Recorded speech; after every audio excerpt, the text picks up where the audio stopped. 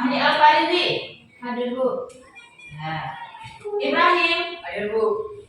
Saifah. Hadir, Bu. Ermina. Hadir, Bu. Ya. Berarti kalian hadir semua. Hari ini tidak ada yang absen ya. Alhamdulillah. Sekarang kita berdoa ya. Silakan ketua kelas pimpin doanya. Nak. Sebelum memulai pelajaran ini, marilah kita berdoa terlebih dahulu. Berdoa dimulai. Bismillahirrahmanirrahim. Raditu billahi rabba wa ilaihi zidni ilman nafi'an warzuqni fahman wasi'an birahmatika ya arhamar rahimin. Amin. Ibu cek kerapian pakaiannya ya. Nah, Ibu cek udah rapi ya. Sebelum kita belajar kreatif dulu, biar semangat yang mau belajar ya. Kelasnya juga sudah bersih ya. Alhamdulillah sudah melaksanakan tugasnya ya. Nah, sekarang kita bertemu kembali dengan pendidikan agama Islam ya pada materi memahami isi kandungan Quran surah An-Nisa ayat 59 dan Quran surah An-Nahl ayat 64. Sebelum kita lanjut pelajaran kita hari ini, Ibu coba ulang kembali mengingat pelajaran yang sudah lewat. Yaitu apa? Membaca Quran surah An-Nisa ayat 59 dan Quran surah An-Nahl ayat 64 beserta hukum bacaannya ya. Hukum bacaan alif lam samsiah dan alif lam qamariyah. Masih ingat?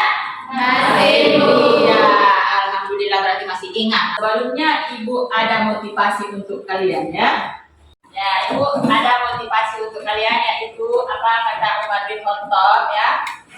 Raihlah ilmu ya, dan untuk meraih ilmu belajarlah untuk tenang dan sabar. Sama seperti kalian, kalau kalian menuntut ilmu harus sabar ya. Walaupun misalnya baca Al-Qur'annya tetap terbata-bata, tapi tetap belajar ya. Belajar dengan sabar. Itulah motivasinya untuk hari ini. Oke, paham kan? Nah, sekarang kita lanjutkan ke tujuan pembelajaran kita. Tujuan pembelajaran kita pada hari ini adalah menjelaskan ya, kandungan Quran surah An-Nisa ayat 59 dan Quran surah An-Nahl ayat 64 tentang kedudukan hadis terhadap Al-Quran. Namun sebelum kita masuk ke sini, Ibu tanyakan dulu sama kalian. Apa yang terbersit dalam benak kalian ketika kalian mendengarkan kata Al-Quran? Apa? Ya, silakan. Ada kitab suci umat Islam. Ya, bagus. Yang lain? Ada yang lain? Saya, Bu. Ya, silakan, Nak. Al-Quran adalah kalam Allah Subhanahu wa Ta'ala. Betul. Yang lain, satu lagi, yang lain ada lagi? Saya, Bu. Ya, silakan. Al-Quran adalah pedoman hidup bagi umat Islam, Bu. Ya, bagus. Tepuk tangan untuk yang menjawab. Ya, terima kasih kepada jawaban. Itu adalah hal yang terbersit dalam pikiran kita ketika dalam hati kita ketika kita mendengarkan Al-Quran. Jawaban dari Ananda kalian itu benar ya. Namun itu adalah pengertiannya secara umum ya. Itulah pengertian Al-Quran secara umum. Maka di sini pada pertemuan hari ini Ibu akan bagi kelompoknya supaya kita membahas definisi Al-Quran itu menurut beberapa pendapat ulama ya. Selanjutnya nanti baru kita bahas masalah kandungan Quran surah An-Nisa dan Quran surah An-Nahl tadi. Dengan semangat kalian dalam belajar, kita lakukan ice drinking ya. Kamu lah? Ya. Tepuk 1, tepuk 2, tepuk 3, tepuk 4, tepuk 5, 2 Oke. Sekarang udah semangat? Sudah. Kamu semangatnya? Sudah. Sekarang kita bagi kelompoknya ya. Seperti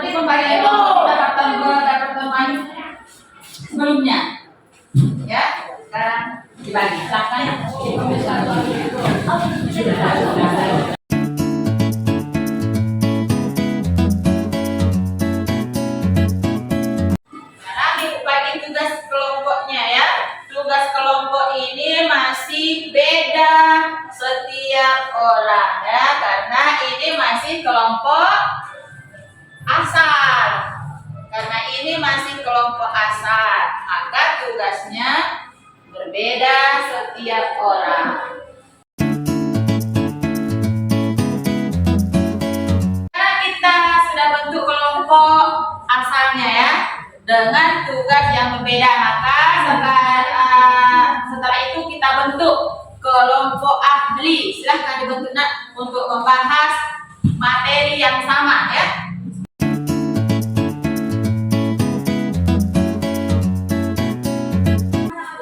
Nah, sekarang kalian bahas ataupun kerjakan tugasnya dengan tugas yang sama secara berkelompok. Sekarang diskusikan.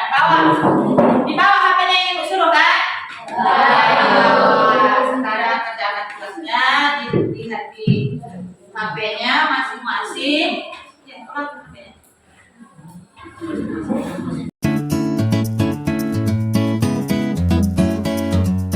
Udah selesai, sekarang kembali ke kelompok asalnya masing-masing. Biar kita presentasikan hasil diskusi yang ada di kelompok akhirnya.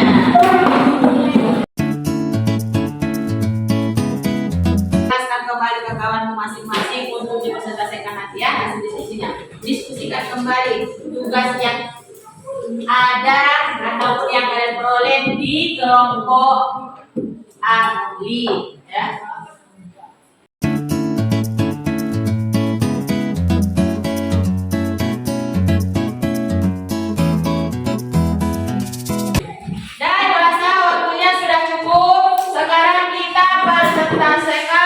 Setiap kelompok ya akan diwakili satu orang satu kelompok ya yang mewakili. Silahkan dipresentasikan ke depan, satu orang aja satu kelompok.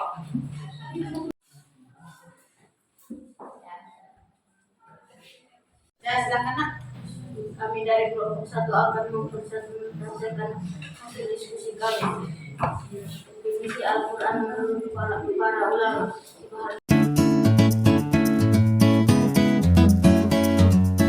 Untuk kelompok 2 silahkan. Kami dari kelompok 2 akan mempresentasikan hasil diskusi kami. Kandungan Quran Surah An-Nahl ayat 64, yaitu Allah memerintahkan kepada Nabi Muhammad SAW untuk menjelaskan apa yang diperselisihkan dalam perkara agama. Kami dari kelompok 3 akan mempresentasikan hasil diskusi kami.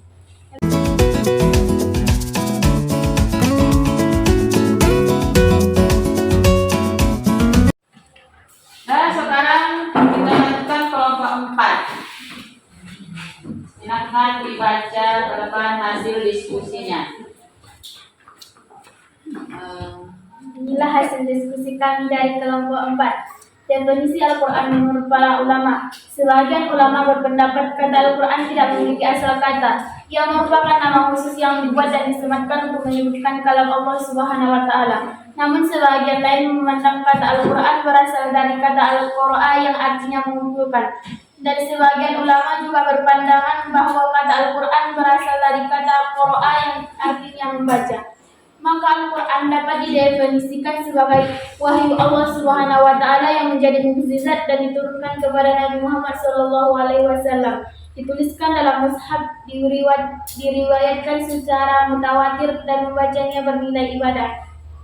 Kandungan Quran Surah An-Nisa ayat 59 yaitu menjelaskan untuk patuh dan taat kepada Allah Subhanahu wa Ta'ala, Rasulullah SAW dan pemimpin-pemimpin kita. Taat kepada Allah Subhanahu wa Ta'ala adalah mengikuti ajaran Al-Quran, sedangkan taat kepada Rasulullah SAW adalah dengan mengamalkan sunnah-sunnahnya. Ketaatan kepada ulil amri meliputi ketaatan baik kepada pemerintah maupun para ulama, selama kebijakan mereka tidak bertentangan dengan Al-Quran dan hadis. Kandungan Quran Surah An-Nahl ayat 64 yaitu Allah memerintahkan kepada Nabi Muhammad SAW untuk menjelaskan apa yang diperselisihkan dalam perkara agama. Dengan penjelasan ini manusia akan dapat membedakan perkara yang benar dan salah. Maka Al-Quran juga menjadi pedoman menuju jalan yang benar dan menjadi rahmat bagi semua orang. Demikian presentasi kami dari kelompok 4. Ya, terima kasih. Nah, silakan duduk nak. Berarti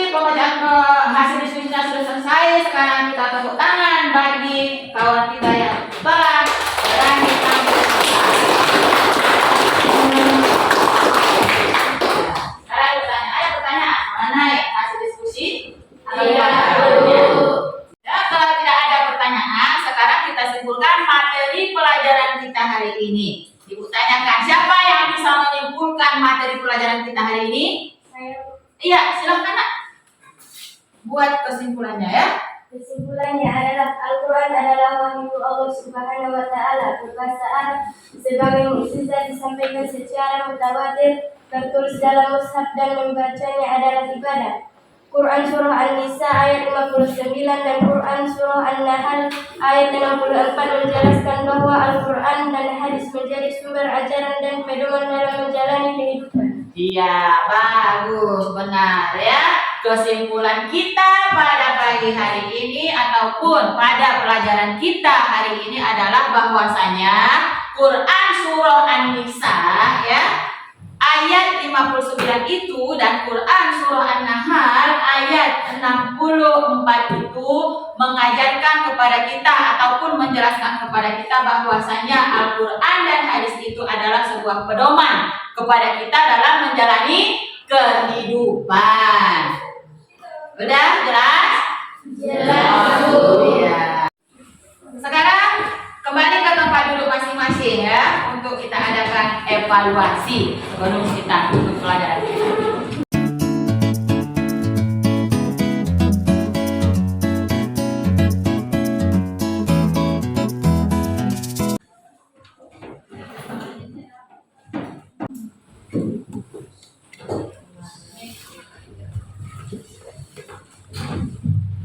Jangan lupa buat nama.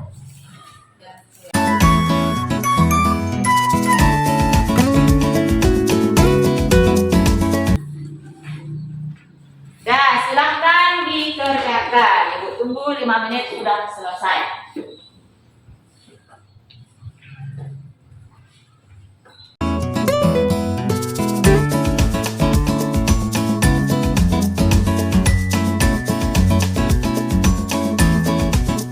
Berasa cukup ya waktunya, silahkan dikumpul kembali ke depan.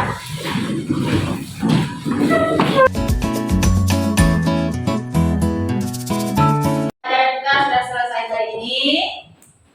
Mari kita ucapkan Alhamdulillahirabbil alamin. Untuk pelajaran kita dengan membaca doa yaitu surah Al-Asri. Doa kita mulai. Bismillahirrahmanirrahim. Wal asri wa tawassaw bil haqqi wa tawassaw bis sabri. Alhamdulillahirabbil alamin. Wabillahi taufiq wal hidayah. Assalamualaikum warahmatullahi wabarakatuh.